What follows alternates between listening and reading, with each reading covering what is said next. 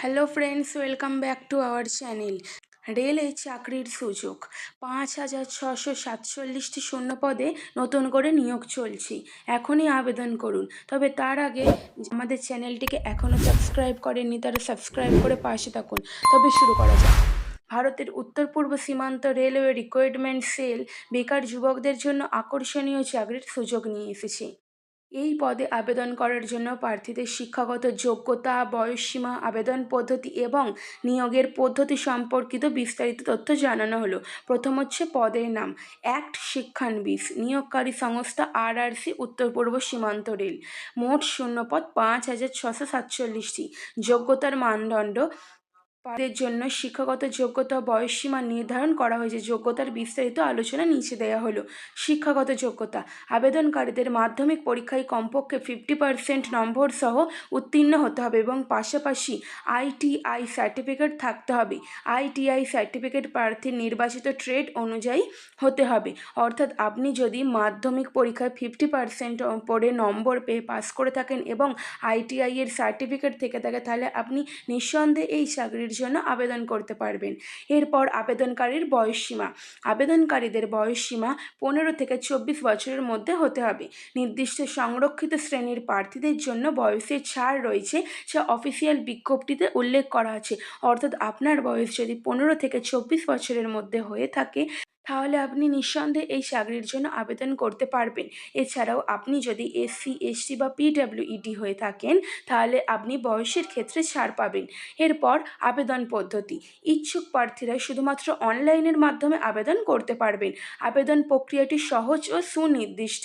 আবেদন করার জন্য নিচের ধাপগুলি অনুসরণ করুন। প্রথমে আরআরসি এর অফিসিয়াল পোর্টালে প্রবেশ করতে হবে। আমি ডেসক্রিপশন বক্সে অফিসিয়াল ওয়েবসাইট দিয়ে দেবো, চাইলে আপনারা সেখান থেকে দেখে নিতে পারেন। এরপরে ওয়েবসাইটে গিয়ে অ্যাপ্লিকেশন ফর্মের পেজে যেতে হবে। এরপর ওয়েবসাইটে গিয়ে প্রয়োজনীয় তথ্যগুলি দিয়ে ফর্মটি পূরণ করতে হবে। তারপর প্রয়োজনীয় নথি আপলোড করতে হবে, যেমন মাধ্যমিকের সার্টিফিকেট, আইটিআই সার্টিফিকেট, ছবি, স্বাক্ষর অর্থাৎ আপনার সিগনেচার, আপনার ছবি, কালারিং ফটো নির্দিষ্ট সাইজে স্ক্যান করে আপলোড করতে হবে। এরপর আবেদন ফি প্রদান, আবেদনকারীরা আবেদন ফি প্রদান করবেন। আবেদন ফি সম্পর্কে বিস্তারিত অফিসিয়াল ওয়েবসাইটে দেয়া থাকবে। এরপর ফর্ম সাবমিট করতে হবে। সমস্ত তথ্য ও নথি আপলোড করার পর সাবমিট বাটনে ক্লিক করে আবেদন প্রক্রিয়া সম্পূর্ণ করতে হবে।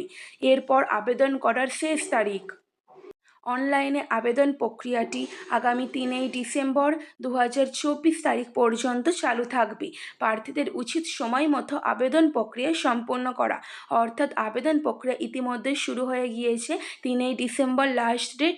যারা আবেদন করতে চান তারা ডিসেম্বরের 3 তারিখ 2024-এর মধ্যে আবেদন প্রক্রিয়া সম্পূর্ণ করে নেবেন। এরপর নিয়োগ পদ্ধতি, প্রার্থীদের নির্বাচন মেরিট লিস্টের ভিত্তিতে করা হবে।